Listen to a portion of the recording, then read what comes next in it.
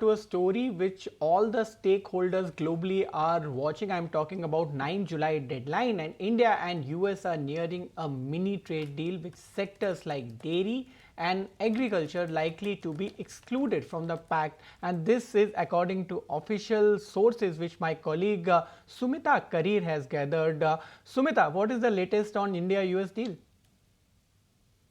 That's right. We're given to understand from sources that as far as the decision on the mini trade deal between United States and India is concerned, well, the ball is now completely in the United States court. In fact, the officials, the negotiating team from India that returned last week from the United States, and now, of course, a decision is impending with the US President Donald Trump. And of course, Donald Trump has stated that he will start dispatching letters to countries. So there are essentially two scenarios that we're looking at. A is the scenario where a letter will be dispatched to India, wherein, what is the effective tariff rate that will be mentioned. And the second scenario is that, of course, a mini trade deal will be arrived at. That will, of course, according to what the sources are suggesting, that should be announced within the next 24 to 30 hours.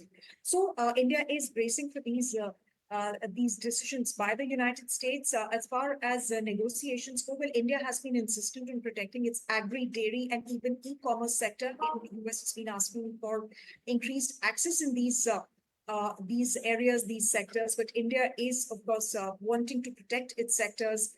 Some of these sectors, so definitely these sectors from the mini trade deal, they could completely be avoided. Other than that, India is not accepting any exemptions on steel and aluminum to come. And there will be an expanded scope of the subjects that are not touched upon in the mini trade deal in the bilateral trade agreement, the first tranche of which both the countries are looking at arriving in the month or in fall this year. Other than that, we are also learning that there are no further negotiations pending. And of course, the US wants India to cut duties on industrial goods, electric vehicles, wine, petrochemicals, etc.